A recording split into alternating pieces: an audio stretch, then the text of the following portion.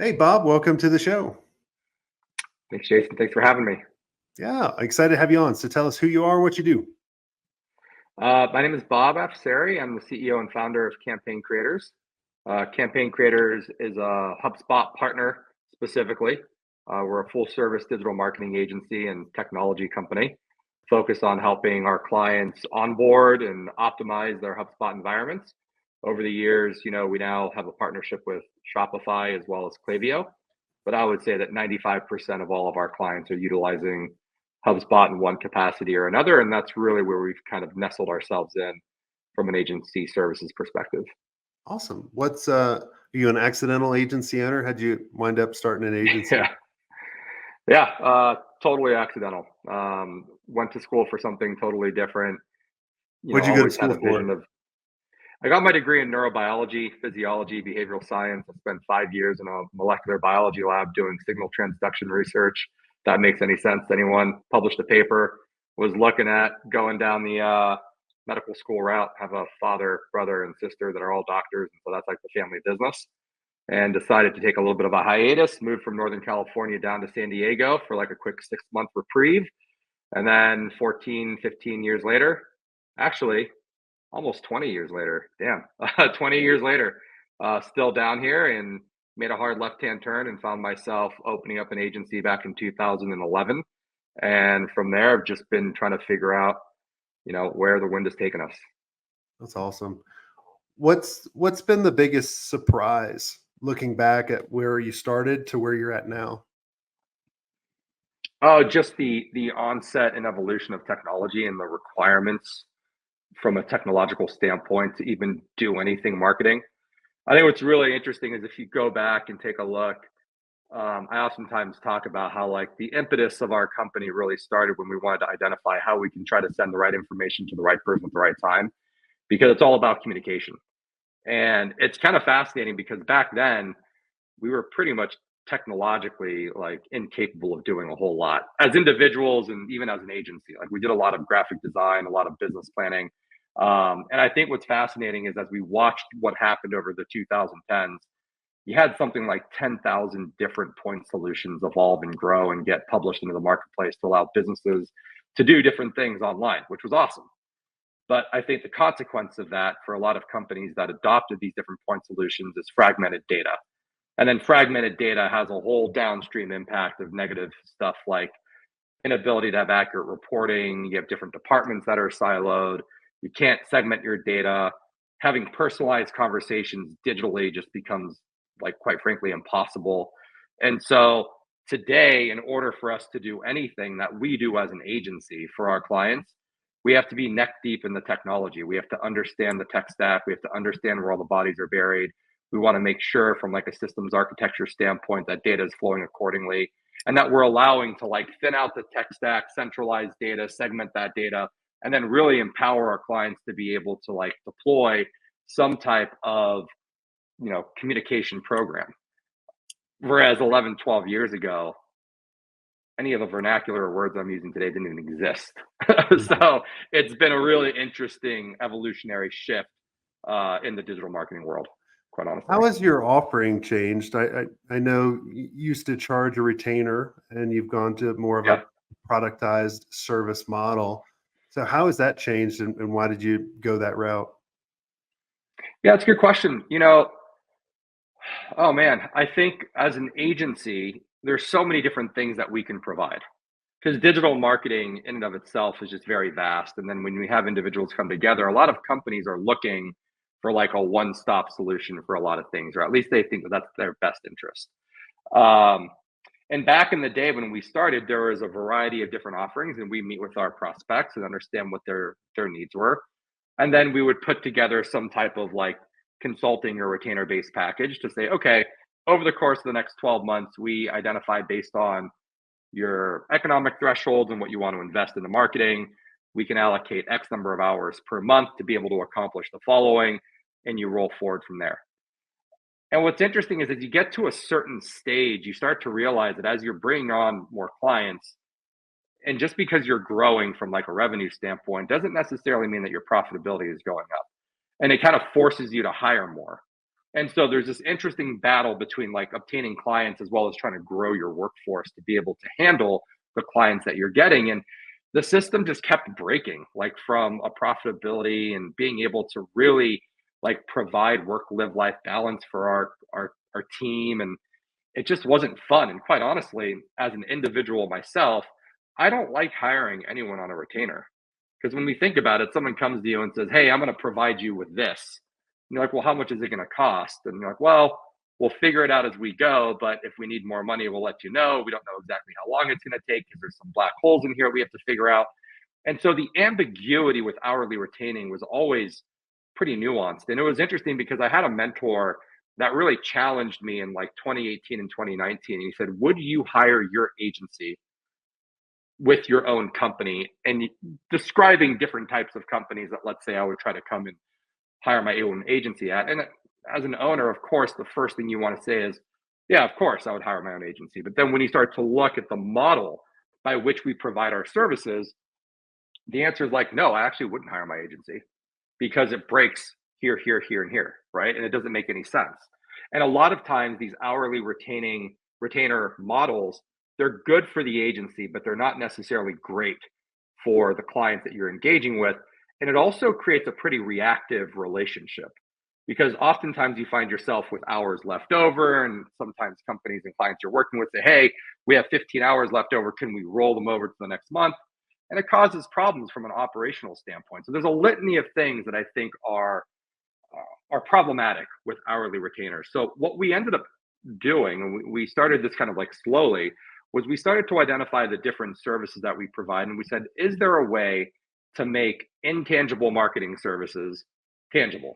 How do we productize what we do, and how do we make sure that there is a crystal clear offering so that if we go and sell something like, here's, we're going to sell you this, right? Uh, the client on the other side almost has a scorecard that they can check off to say, yes, I have now tangibly received that deliverable, or I'm not finding myself being like forced into a minimum hourly monthly retainer. If anything, if you think about productizing your services, you empower your clients to be able to utilize your agency in the manner by which they want to utilize an agency. Some companies want to crawl, walk, run. Some companies want a whole bunch of stuff all at once. And when you productize, you don't have to have these minimums. What you do have is this menu of services that you can provide, and they can utilize you in an a la carte fashion. Or they can say, "Hey, we need a whole bunch of things like this. Let's put it together in a project and let's really scope out the next 6 to 12 months." But what's fascinating about it is now you remove all the ambiguity from a deliverable standpoint. The relationship is a lot healthier. Everybody knows exactly what's supposed to be delivered. And then when you create your process sheets for your own team, being able to deploy these services in the forms of products where you have a step by step guide to help your team deliver these things increases satisfaction in the workplace, increases confidence in deliverables, increases speed to market for these different services, and increases profitability because it becomes somewhat repetitious. And all Yeah. these products can be customized in a bespoke fashion. So I know it's a kind of a long-winded answer to your question, but there's a lot of things involved in the benefits of what we believe productization could provide us. And we're still on this journey, but so far it's seemingly working out. Yeah, the phase that we went through and a phase a lot of agency owners go through is at first you charge per project. And then what happens is you get eaten alive because you don't understand how to manage scope creep or client expectations, or you scoped it wrong. And so then you go to yourself and go, well, I'm going to go to hourly so I don't lose money. And you don't lose Right. money with hourly. But just like what you said, what happens too is as you get more efficient and you gain the wisdom and you, right, like you start losing profit because now what used to take you 100 hours takes you 10 hours. So now you have to charge 10 hours for that. That doesn't seem fair versus like it took me 20 years to get to this level that I can do it in 10. And so then once you start realizing that, you start going, well, how do I change to value-based pricing of kind of like what it sounds like you guys have of here are, and I what we did too is we productized it internally. So I'm kind of the question I'm going to ask you is like, did you productize it internally or also externally as well to the client? So then they had a menu of items to choose from? Both. We actually have all of our marketing material, sales collateral, everything on our website. We have PowerPoint decks, we have one pagers that literally spell out the exact deliverables of what a particular product is, Okay. what the purpose of that service or product is geared for, whether it's an SEO product or it's a lead gen or a lead nurturing or conversion optimization. We even productized our website design and development approach so that we have a variety of different building blocks where we have like our minimum viable product, and then that has a starting point and it has a very specific deliverable that we adhere to, and then based on the requirements of the company, migration requirements, if they need customization, if Mhm. they need a more unique number of template pages or whatever it might be, we then slot them in and add them in, and when they get their proposal, they can see every single line item that they're going to be delivered. There's an exact price associated with each line item. And then together, from agency to client, we work together to prune or to add. And now, once they see the end proposal, they go, okay, this is surgically exactly what we need. And everyone's happy, and we move forward. And that there's zero ambiguity to the deliverable because it's been scrutinized so heavily on the front end. And a lot of times, as a business owner, and I'm actively involved in our selling process, a lot of times we're racing toward a close. How do we get to a close? How do we help generate revenue? And I think we got to the point now where it was it's definitely more important to make sure that the details and the nuances of the deliverable are fully understood, even if it's not what the client's looking for. It's like, hey, look, this is the reality of it. And if everyone subscribes to the reality of what it is we're providing, you create a really strong partnership with your clients that become long lasting. I mean, we did the exact same thing. That's why we closed at over 85% because we were so descriptive. But the thing that I think a lot of people run into that do it wrong is they don't ask the right questions to the client or the prospect, and then they put it back on the prospect to choose all the options versus the agency going, based on what you told me, Bob, here's exactly what you need to, this is the solution. Here's all the deliverables. Here's the package. Do you have any questions? And then you can modify from there, because what I always hated, and I still hate this to today, like my friends and family, when we go to a restaurant, like a cheesecake factory, I don't go to cheese. Too many options, right? So many fucking options. I get so Yeah. overwhelmed. Like if I go to like a diner and I'm just like, oh my God, like there's 4 pages that I have to go Yeah. through. I'm literally like, my hands are starting to sweat just thinking about it, because I'm like, I want one page. Like, do I want steak, chicken, fish? What do I want? Like pasta. You're paralyzed. You're essentially paralyzed with options, right? Exactly. And especially too, like a good waitress or a good consultant on the agency would say, well, tell me more about what your problem is, and then I'll tell you what you should actually get. Right. Right. And I'll present that to you in that way. And that's what I've always found works. And like you said too, with the team, right? It's so easy for the team. They get so much more efficient. The SOPs line up perfect. There's barely any scope creep if your team manages it right. Your clients are always going to ask for stuff outside of what's included, but they're not trying to do it to take advantage of you for the most part. They're just ignorant. Like you haven't educated them on the process yet.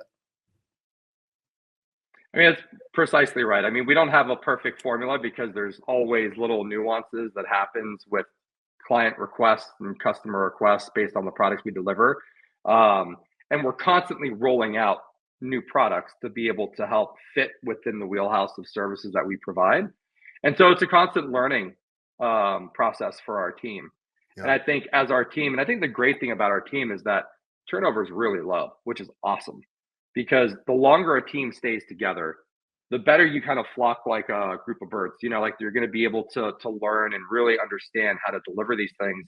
And I think that's also been very helpful because this core team has been together for quite some time, and the individuals that are with us stay with us, and we're learning together, we're optimizing together, and we're also learning to say no together. And I think that's also something that was really hard for me when we first started our agency, was saying no to like what you're not good at. And it's difficult. It is impossible to say no, especially when you're first starting out. you wanted your walls painted back in 2011, I might as well have just done it, and said, sure, we'll do it for revenue. But I think when you get to a point of really figuring out what you're good at and having your processes lined, and you can value sell what you do to be able to drive that, profitability, saying no actually makes you money in the end. Yeah, I always think in the beginning, it's like a Vegas buffet. You got to try out everything and see what you like. 'Cause like you said, it's impossible to say no in the very beginning because you haven't tried it yet. And you should always be trying new things. But then you get to a point where you got to ask yourself a question, or really kind of two questions of like, if I was going to do a particular service offering and I was only going to be paid after they got amazing success, who would I do it for and what would I do for them? And that's the answer, right? Like if you're thinking of on like a three circles and these three circles interact and you think about what am I passionate in? What do I have skills in? And what can I provide the most value in? That is your sweet spot because you Yeah, can have passion and skills in something, but if the clients don't get the value, you're screwed. But you have to have all three. And when those things intersect, that's the secret sauce. That's kind of your flow in your agency. And then you just trying to constantly build on that. Like I was in the mastermind for the agency owners today. I went to them, I said, how clear is your offering to your prospect after they engage with you about the next step? And they were like, what do you mean? I was like, well, how many of you are thinking about when you bring on a new client, can I actually grow this account? And if the answer is no, why the hell are you bringing that account on? The opportunity cost is going to be huge. Like you can get clients all day long, but if you can't constantly grow them, that's a big issue. totally. And when you productize this, it makes it very easy, especially if you start like, have you guys gotten to the point where you're like have really cool branding for some of the services and what you guys do? We're getting there. We've been so nose down focused on figuring out this like internal algorithm, right? And I Mhm. think one of the things that we kind of put on the shelf was any type of internal marketing or brand evolution over the last 4 to 5 years. It really just been because in the HubSpot world, when we started to really begin to productize and figure out like how do we nestle ourselves into the HubSpot ecosystem and become a top tier partner, we really had to re-engineer our company from the inside out. And it took a tremendous amount of effort and focus for us to do that. And I think we finally got to a point now where we kind of like took a look around and we're like, oh shit, we're like the cobbler's son that doesn't have shoes when it comes to branding or internal marketing. And we put a very strong initiative beginning of this year where we're starting to actually do all of that. Yeah. And now it's time to put the pretty ribbon and bow around what we have because what we have is authentic. It's legit. Like it's finally something you can sink your teeth into. It's tried, it's true, it's tested. We're implementing it hundreds and hundreds of times with success. And now it's like, okay, how do we get the world to like look at our shiny ball for a second and they can go into like our educational process to understand if this is the appropriate offering for them. Yeah. So we're Yeah. literally in the middle of that right now. Yeah, I mean, that'd be a game changer for you because as soon as your clients and prospects can kind of milestone, here's the second, here's the third, and they understand the next progression, they'll be like, oh, yeah, I'm ready for going from seedling to a sap, if you're going after like landscapers and that kind of stuff. Another thing I want to Yep. ask you about too, one of the things that we used to grow our first agency was through strategic partnerships. Yeah. We looked for technology that was up and coming that we still could leverage that wasn't crowded. So we were lucky enough to start when, Microsoft was getting big on the web and Sitefinity for CMS and doing that kind of stuff and tried to but I also worried about, and this happened, like Sitefinity kind of started going down, right. We were just lucky enough to sell right when they started kind of going down. They were a really cool CMS. What are your thoughts around that for the strategic partners you guys have? I know you said HubSpot's a big majority of it, and I think you said Spotify or Shopify. Or Shopify. Yeah. Shopify, yeah. Dyslexia is kicking in. So, how have you grown those partnerships? Good question. I think I can focus and hone in on the HubSpot partnership. I'll tell you the story. So when you buy a HubSpot license, the professional or enterprise version, you have to go through a mandatory onboarding process. HubSpot mandates it. And so let's say you're a customer or a prospect of a HubSpot rep and you purchase the license from that rep, and the rep goes, okay, you're buying Marketing Hub Pro, onboarding is $3,000. And they add that to your quote, you got to pay it. And now what ends up happening is you get assigned a HubSpot like internal representative that's going to meet with you. And what's great about the HubSpot onboarding is that you have 90 days to work with that rep, but they're going to go through the technical onboarding process with you. It's really the things that you do like the very first time to get a software connected to a business. It's like some of it's like borderline IT work, right? Nope. So imagine this, you buy this new piece of software, you don't really know how to drive it. You're not really an IT person, you're in the marketing world, or you're a single owner of a business. And they go, give us $3,000. And then you're going to meet with this person. And over the next month, 2 months, 3 months, however long it takes you, we're going to walk you through the process so that you can set up your HubSpot. And as you can imagine, that became a big problem for a lot of companies. They're like, whoa, whoa, whoa. Why are we paying for this technical onboarding? We don't know how to do it. We want someone to come in and do it for us. And why are we paying for the license and taking upwards of 90 days to figure out how to turn this engine on?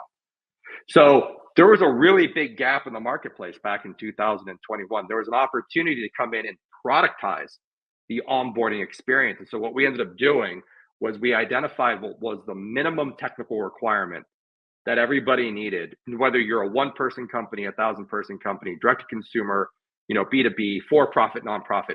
It's the minimum technical requirement that everybody needed for each of the hubs and each of the licenses. And we made it crystal clear as to what we're providing. And we're like, hey, we're going to white glove this for you. Forget the DIY. We're going to do this in 20 working days, not 90 days. We're going to do everything that HubSpot would tell you to do, plus some more things that we know you need to do to unlock the full utilization of the hub. And to make it a no-brainer, we're just going to do it for 20% cheaper. There should be no reason why when you go to buy HubSpot, you shouldn't be using campaign creators to onboard you, because quite frankly, we do it better, faster, and it's a more value-driven process. That was our initial offering. And what it ended up doing was providing a ton of value to new HubSpot licensees.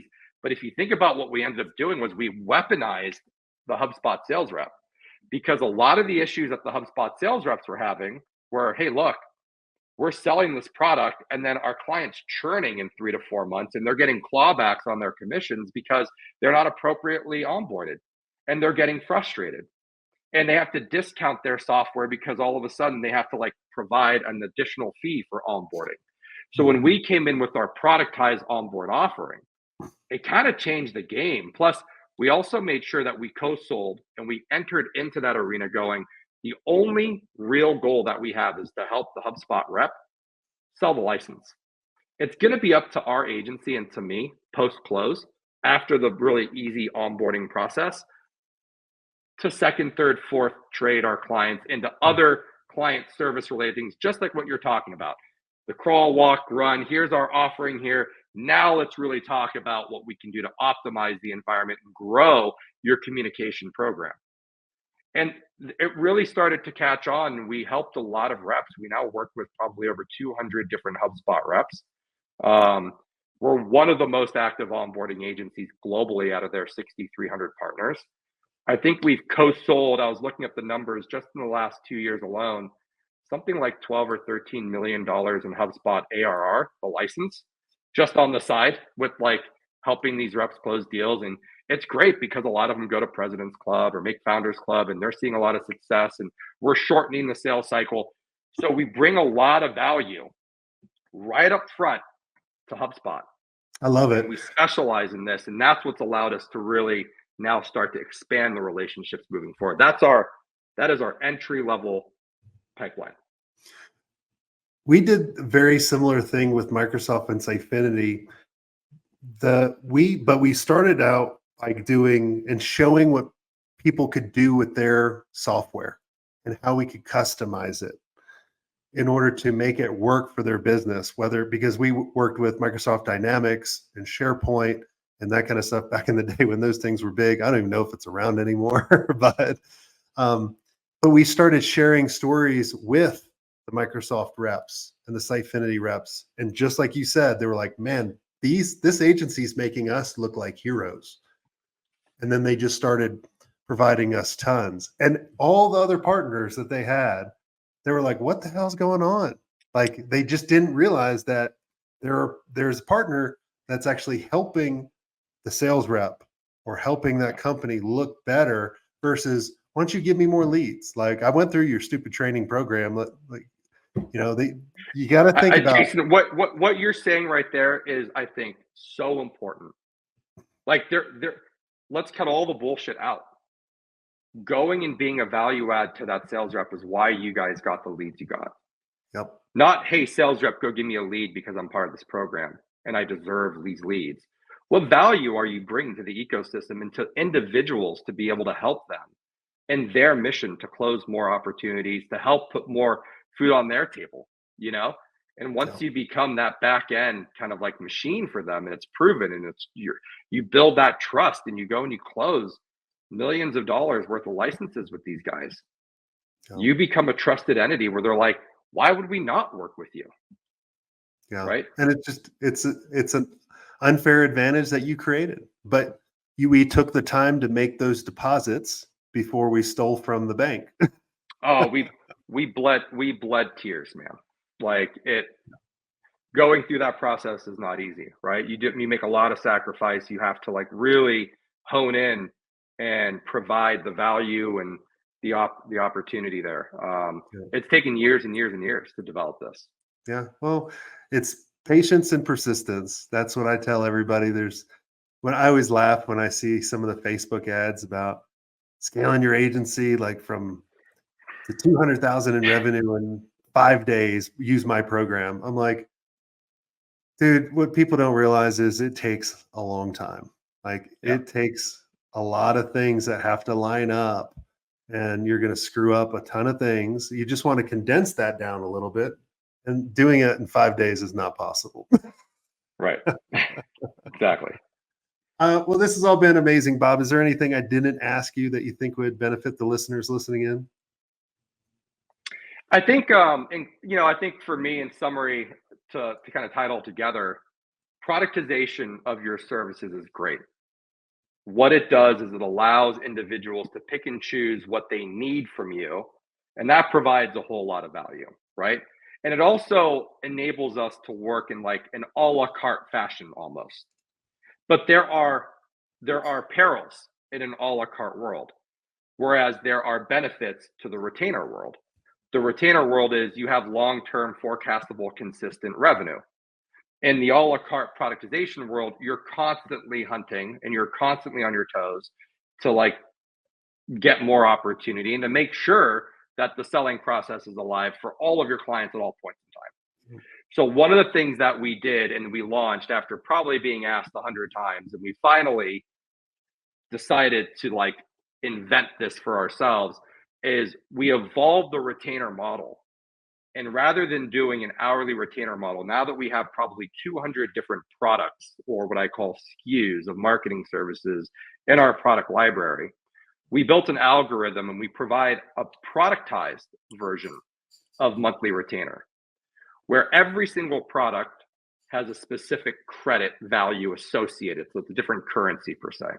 And based upon the retainer or monthly amount that the client is looking to invest or spend, we have a customized menu, because instead of giving them 200 different things to choose from, based on a series of evaluations and discussions that we go through, we build a customized menu for them. And then now what they're doing is picking and choosing the products they need on a monthly basis.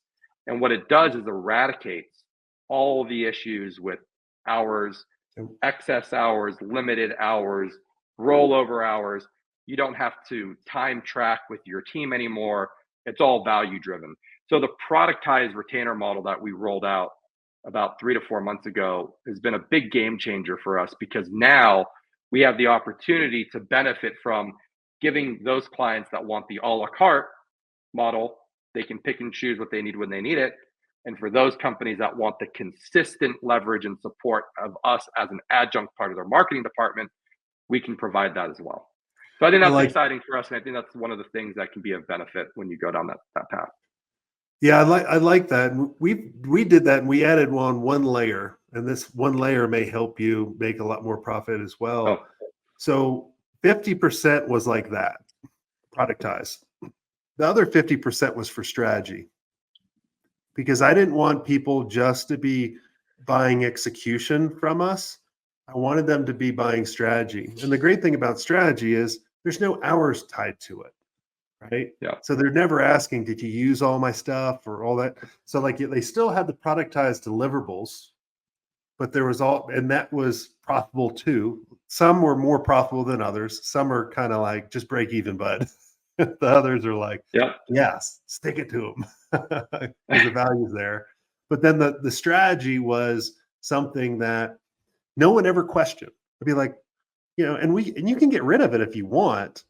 But I'm like, really? You just want us to execute? You don't like, maybe our relationship's not the right one for you. If you don't want to look at us to come to solve your biggest problem, you just came here. You just want an order taker. Maybe you want to go here. 99% of the time when we would say that, people are like, that makes total sense. And it was just a way to, we put a lot of strategy. Like what we found is we were giving away so much strategy that it was just completely crazy. So you may want to look at adding. But didn't that? So yeah, so we've got a variety of different strategy products that we provide as well. The strategy's already built on top of that? It's built on top, and it's actually added in as a potential product depending on what they're looking for. But the great part about what you're talking about is that the strategy component actually acts as another vehicle to sell your services, because you're going to come up with a variety of things they should be doing that just tees you up for the future. Well, and it just, it's a card that you can play to be like, well, no one else is. Why are you questioning the strategy? Like, is no one else you're talking to going to do strategy?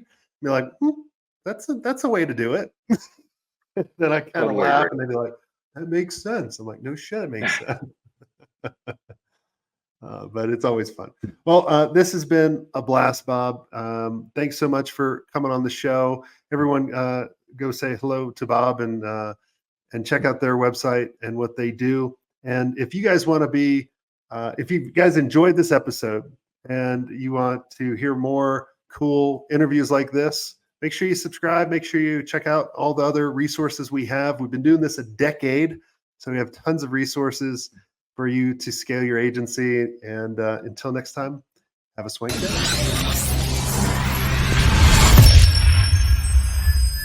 I hope you enjoyed this content. If you want more content like this, make sure you click on the link on the screen or check out your most popular podcast platform where the full episode is there. And until next time, have a swank day. What are you doing? Go check it out. Click on the link. I'll see you soon.